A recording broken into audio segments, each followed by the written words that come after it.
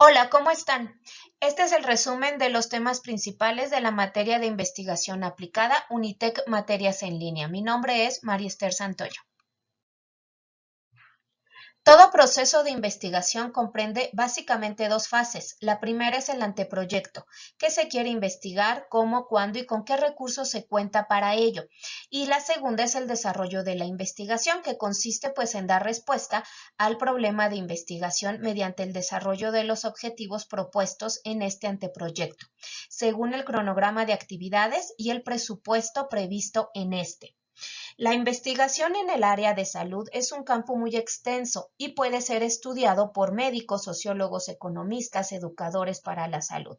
Se relaciona directamente con problemas de las personas y de los pueblos. Es una investigación científica de fondo netamente humano. En tanto, es una ciencia que se ocupa enteramente de lo que ha ocurrido, está ocurriendo y ocurrirá.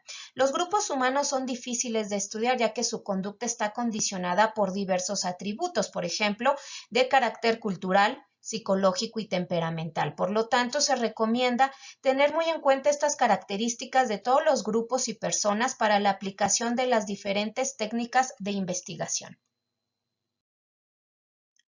Existen varios tipos de investigaciones, de tipo descriptivo, correlacional, estudios de caso, experimental y no experimental, entre otros. Los principales aspectos que debemos considerar en la fase de trabajo de campo son los siguientes. Primero, hay que establecer contacto con la población, que es el objeto de estudio. Diseñar y validar los instrumentos para la recolección de datos, que es nuestra información. Aplicar los instrumentos y recolección de esta información, elaborar el marco teórico formal de la investigación, procesar esta información recolectada, analizar y discutir los resultados de esta información para redactar así las conclusiones y recomendaciones y así tener nuestro reporte final. Planteamiento del problema.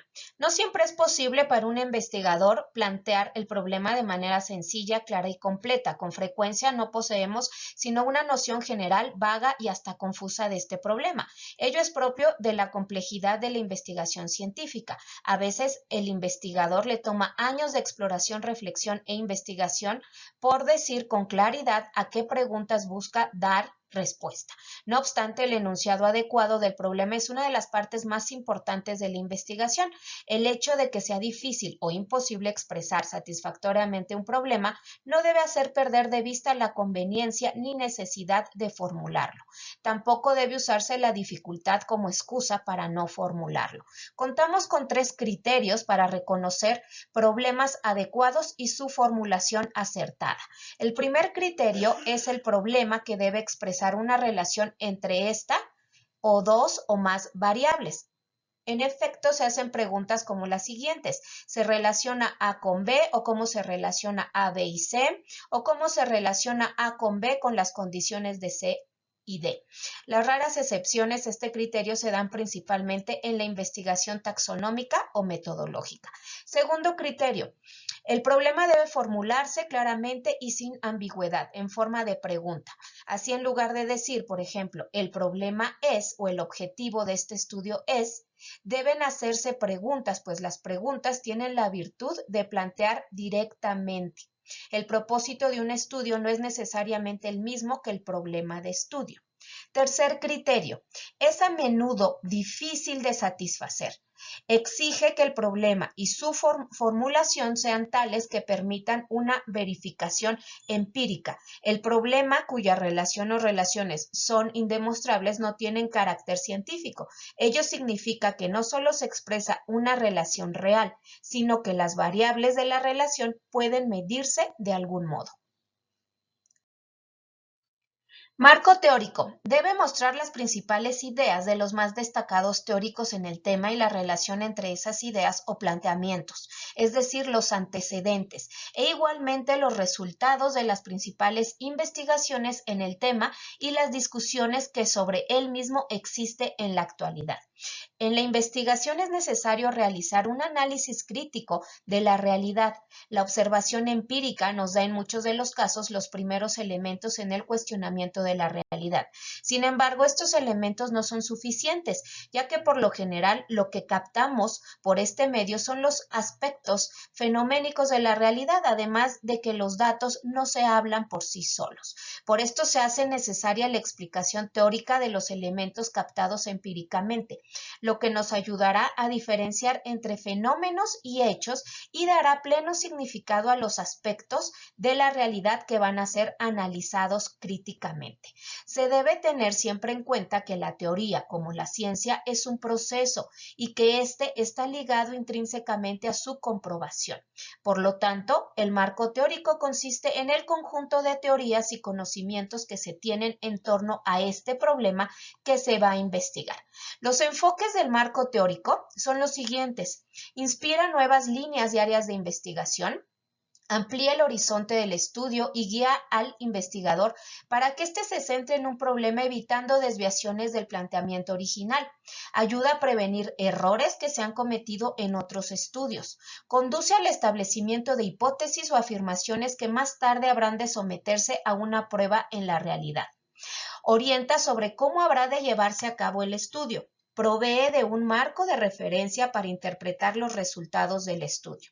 Los elementos del marco teórico son 4. 1. Los conceptos. 2. Presupuestos teóricos. 3. Preguntas directrices. Y 4. Los modos de explicación. Las hipótesis son las que se formulan en función del problema, de tal manera que orientan el proceso investigativo y se diseñan relacionando las variables. Las hipótesis dentro del proceso de la investigación cumplen, junto con el problema, una labor orientadora fundamental, ya que la solución del problema y la confianza o no de nuestras hipótesis van a ser la tarea por resolver en todo este proceso. Hay 2 criterios para identificar las hipótesis buenas y los enunciados correctos. Primer criterio: las hipótesis son expresiones de las relaciones que hay entre variables. Segundo criterio: indican claramente la necesidad de verificar las relaciones expresadas. Ambos criterios significan que las formulaciones de hipótesis contienen 2 o más variables que son mensurables o potencialmente mensurables y que especifican cómo se relacionan estas variables. Una formulación que carezca de una u otra de las características o de ambas no es una hipótesis en el sentido científico de la palabra. Antes del procesamiento de la información, debemos de tener planteado un diseño metodológico. Este va a depender de distintos criterios, según el propósito, según el método de investigación, según las técnicas de investigación, según el lugar de la investigación, según la relación del tiempo, según la secuencia del estudio o según la relación con el problema. Después de todo este diseño metodológico, debemos seleccionar el tipo de estudio, además de contar con el universo y las muestras que vamos a trabajar. Puede ser una muestra probabilística. Aquí vamos a tener muestras representativas, o también podrían ser muestras no probabilísticas. Aquí se seleccionan estos elementos bajo criterios del propio investigador.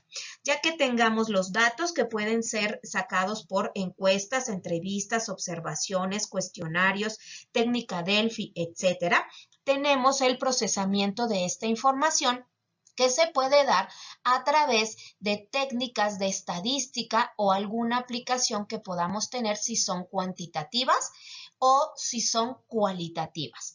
Genera, por ejemplo, los denominados resultados de la investigación y sobre los cuales se realiza la descripción, el análisis y discusión. Todo esto nos va a conducir a plantear las conclusiones y recomendaciones finales. Siempre tienen que ser en función del problema, de los objetivos, que sería la hipótesis cuando ésta sea planteada, y del marco teórico, que son nuestros antecedentes de la respectiva investigación. Las conclusiones son una síntesis de todo el trabajo realizado. Es la parte más importante de la investigación. Las conclusiones deben ser redactadas siempre en función de los objetivos planteados y propuestos para la investigación. En las investigaciones, las conclusiones tienen que dirigirse además a informar si se comprobaron o no las hipótesis. Es importante recordar que las conclusiones no pueden aparecer de la nada o como magia, sino que son de la culminación lógica, natural, de la elaboración de los datos y obviamente el análisis y el desarrollo de la investigación. Además, también las conclusiones constituyen la evaluación del trabajo investigativo. Es la autoevaluación que se hace el propio investigador. La inclusión de conclusiones generales respecto a los resultados del trabajo de campo como del marco teórico elaborado para fundamentar el estudio o investigación realizada. También podemos incluir conclusiones específicas siempre en función del problema de investigación, los objetivos específicos planteados en el anteproyecto y la hipótesis cuando se presente. Al respecto, las conclusiones deben mostrar los aspectos sobresalientes de los resultados del trabajo de campo y de escritorio. Para finalizar nuestra investigación, debemos incluir recomendaciones, debemos de incluir las referencias bibliográficas, siempre aplicando las reglas según las exigencias institucionales y las más universales como son el formato APA y Vancouver. También debemos incluir los anexos, que son todas las informaciones adicionales que se colocan en el tercer campo de la investigación. Se las acota para que permita una mejor comprensión de los aspectos que no pueden plantearse en el cuerpo del desarrollo del informe, pero pueden acotarse, por ejemplo, instrumentos de recolección de datos, tablas, mapas, diagramas, esquemas, fotografías, etcétera, que el autor o el investigador ha elaborado o seleccionado y que van a servir para reforzar el contenido general del texto. Reflexión. La investigación científica no es propiamente una ciencia, es un arte. W. H. George. Investigar significa pagar la entrada por adelantado y entrar sin saber lo que se va a ver. J. Robert Oppenheimer. No tengan miedo a investigar y a conocer un mundo totalmente nuevo. Les dejo la bibliografía de este video, Parreño Urquizo A, 2016, Metodología de la Investigación en Salud.